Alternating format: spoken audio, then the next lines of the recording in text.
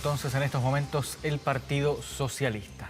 Seguimos revisando informaciones de la jornada. De acuerdo al último informe entregado por UNICEF, 1 de cada 4 niños y niñas en América Latina y el Caribe carece de vacunas vitales. Esto representa el mayor descenso mundial de la última década, retrocediendo a niveles desde hace ya casi 30 años. Para conocer más sobre esta realidad y cómo se puede trabajar para intentar revertir estas cifras, estamos ya en contacto con Paolo Mefalopoulos, representante de UNICEF en Chile. ¿Cómo está, Paolo? Gracias por acompañarnos aquí en Canal 24 Horas. Buenas tardes. Buenas tardes y gracias por la invitación.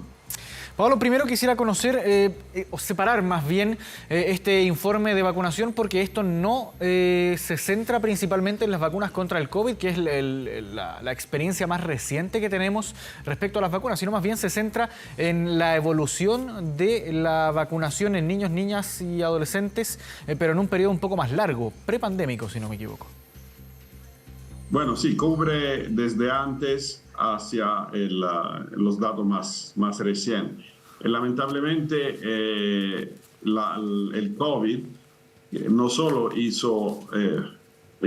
llevó a una situación de dificultad a nivel de socioemocional, a nivel de salud, sino todo esto rechazo que tuvo una parte de la población en unos países llevó que se hizo más débil también la vacuna obligatoria de niños y niñas, que son las que han salvado millones de vidas humanas. Y el informe de UNICEF es un llamado de atención, porque como han dicho, 48 millones de niños en el mundo no van a recibir ni una vacuna. Y esto en 112 países. Y esto va a ser un riesgo enorme para la salud de estos niños, para el desarrollo socioemocional, físico de esos niños y para los países, para la entera sociedad. Hay que pensar que los estudios evidencian que $1 gastado en vacunas regresa $26 a la sociedad. Entonces va a ser un enorme impacto también a nivel económico, no solo en la familia que tiene niños, sino en la sociedad entera. Ahora, ¿cuáles son, usted mencionaba algunos de los riesgos, pero cuáles son a nivel global los principales problemas a los que el mundo en general se puede ver enfrentado con esta situación, con esta baja bien drástica que nos hace retroceder 30 años en los niveles de vacunación? ¿A qué nos podemos enfrentar a mediano o largo plazo incluso con esta situación, con esta baja en la vacunación que nos lleva 30 años atrás? Nos podemos enfrentar a ver enfermedades que parecían casi desaparecidas al mundo. Pienso que ahora en muchos países ni se acuerdan qué es la polio, pero la polio empezó a regresar en lugares donde ya no estaba. Yo mismo con UNICEF trabajé en el equipo de India, de UNICEF, donde se logró erradicar la polio y parecía casi imposible hacerlo. Y faltaban 3 o 4 países al mundo y ya no estaba. Y ahora se ven casos donde ya no existían. Eso, y como la polio, hay otras enfermedades que sin vacunas pueden reaparecer de manera fuerte. El desafío es, y UNICEF está apoyando en la mayor parte de países, no solo con vacunas, pero hacer campaña de información para que se pueda vacunar toda la infancia y se pueda vacunar a nivel comunitario, a nivel nacional, a nivel regional, en todos los casos. En la actividad que tuvimos esta mañana, donde estaba también la ministra de Salud, en la alcaldía de La Pintana, en la comuna de La Pintana, vimos cómo el trabajo comunitario es importantísimo, donde los padres participan, vacunan los niños y las niñas chicos, es una cosa que es la base de una vida saludable para los años que vienen. Y en esto esperamos de poder lograr los números que se han logrado aquí en Chile, que en Chile tuve un pequeño rechazo, se fue un poco más despacio, se perdió algo. Seguramente en la región es el país que mejor ha actuado en ese periodo.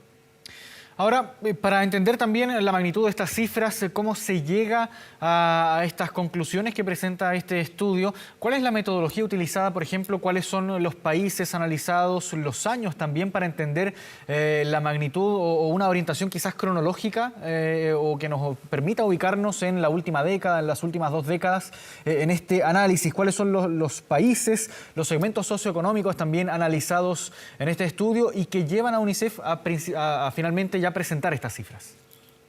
Es un estudio transversal que cubre por lo menos las últimas 2 décadas, pero es casi completamente, son casi todos los países donde trabajamos. Y no es un estudio que va simplemente para un grupo socioeconómico específico. Pero está claro del estudio que los segmentos más bajos de la sociedad, los quintiles, el último, el penúltimo, son los que más afectados son, ¿no? Y también los niños y niñas más vulnerables a nivel mundial son los que están peor, donde hay situaciones de conflicto, Siria, Yemen, no estoy seguro cuántos datos hay actualizados de Ucrania, pero seguramente cuando hay situaciones de conflicto es mucho más difícil. Pero también, repito, cuando el COVID ha llegado, se ha tenido por varias razones, incluido la dificultad física de ir a vacunar niños y niñas, este rechazo. Repito que Chile ha estado seguramente mejor y el estudio demuestra que Chile en América Latina es el país que tiene los mejores números de vacunación. Aún todavía no ha regresado al nivel de pre-COVID.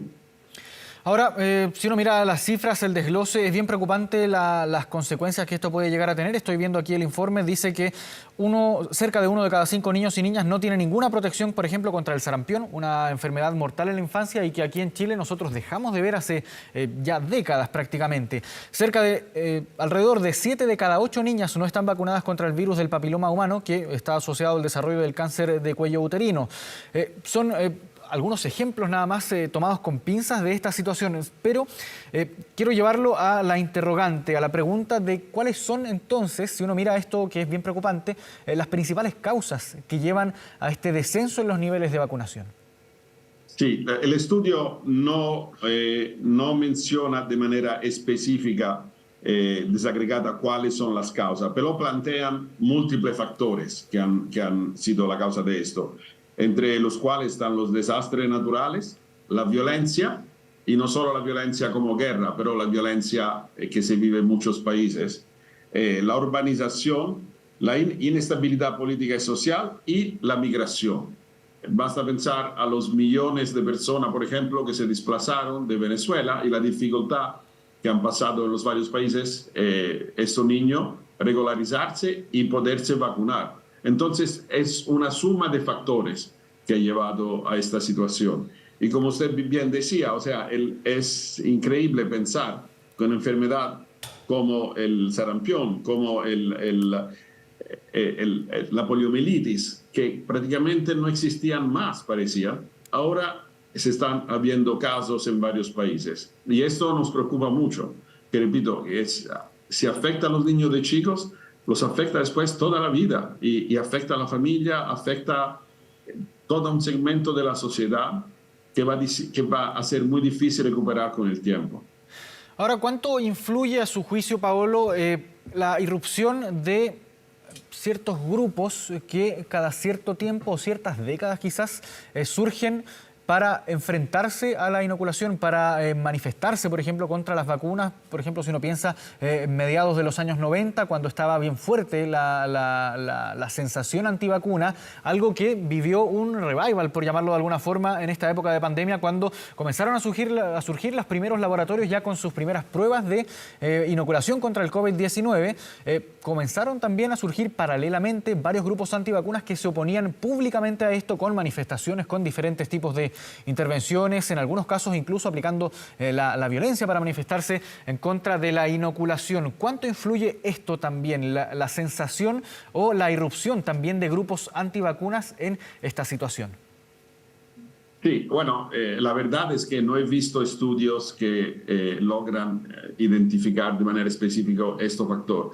De lo que he leído y de mi sensación particular es que durante el COVID esos grupos se hicieron más fuertes. Cuando antes las vacunas eran grupitos pequeños, eran casos aislados que no aceptaban la vacuna. Ahora también con el tema del encierre, con el tema de la limitación, si queremos, de la autonomía de hacer unas cosas, esos grupos han tenido más voz y este movimiento antivacuna, que no está fundado en ningún tipo de evidencia, al contrario, sabemos que la vacuna han salvado millones y millones y millones de niños y niñas en todo el mundo, pero estos grupos han logrado instilar en una parte de la población algunas dudas. Y para mí es una cosa muy triste, porque limitar o impedir que los niños y niñas se vacunen significa que unos de estos niños y niñas pueden morir simplemente porque no se ha hecho una cosa que es elemental, como lo de vacunarlos. Ahora, no sé si este estudio, Paolo, logró tener alguna muestra quizás o indagar respecto a la inoculación contra el COVID-19, contra el coronavirus, el SARS-CoV-2, que surgió a finales del 2019, comienzos del 2020, que se expandió alrededor de todo el mundo, nos tuvo en una pandemia bien severa en ciertos momentos, en estos últimos 3 años prácticamente, y con esto surge también la vacunación contra el COVID-19, distintos laboratorios entonces que elaboran distintas fórmulas para enfrentar esta enfermedad. ¿Alcanzó a obtener este estudio alguna indagación respecto a la vacunación contra el COVID-19 en niños, niñas y adolescentes? Bueno, es muy temprano para ver este tipo de estudio, muy temprano. Sabemos que alrededor de 15 millones de personas, según los datos que tenemos, han perdido la vida directamente o indirectamente debido al COVID. Es difícil en este momento estimar cuánta vida se ha salvado debido al COVID. Yo pienso que con el tiempo se va a ver de qué manera las vacunas han logrado contener. Y si hoy tenemos nuevamente una vida casi normal, aún el COVID no está totalmente controlado, ganado. Es seguramente algo que se tiene que estudiar con el tiempo, pero no hay duda que las vacunas fueron un factor crucial en llegar a esta situación de mejoría, y no hay duda que Chile ha logrado unos datos mucho mejor que otros países exactamente para su campaña de vacunación contra el COVID. Ahora, volviendo a la tesis principal, las conclusiones principales de este estudio que hablan que existe este retroceso de 30 años en los niveles de vacunación en niños y niñas. ¿Qué es lo que pueden hacer los estados, los gobiernos, la administración de los estados que han sido más afectados por esta baja en la vacunación? Y también de qué forma UNICEF los puede ir apoyando para revertir estas cifras. Sí, y vamos aún más cerca. Pensamos a los últimos 5 años, donde en América Latina los no vacunados o vacunados solamente de manera limitada se han duplicado, pasando del 11% en 2016 al 25% en 2021. Entonces, como usted dice, ¿qué hacer? Nosotros estamos apoyando, antes que todo, dar más presupuestos, no solo a nivel de salud, pero a nivel de comunicación, para hacer campañas eficaces. Y pensamos, como la escuela es prácticamente obligatoria en todos los países de América Latina, hacer campañas y vacunaciones en las escuelas.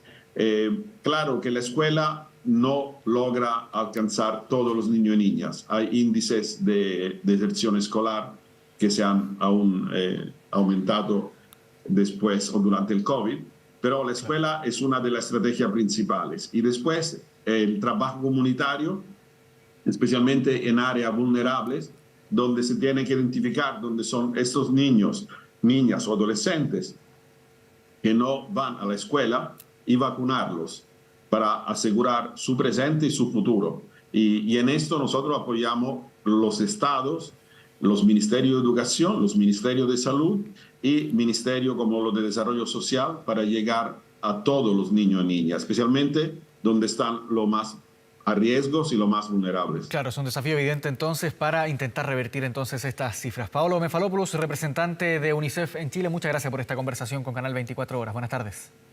Gracias a ustedes, buenas tardes.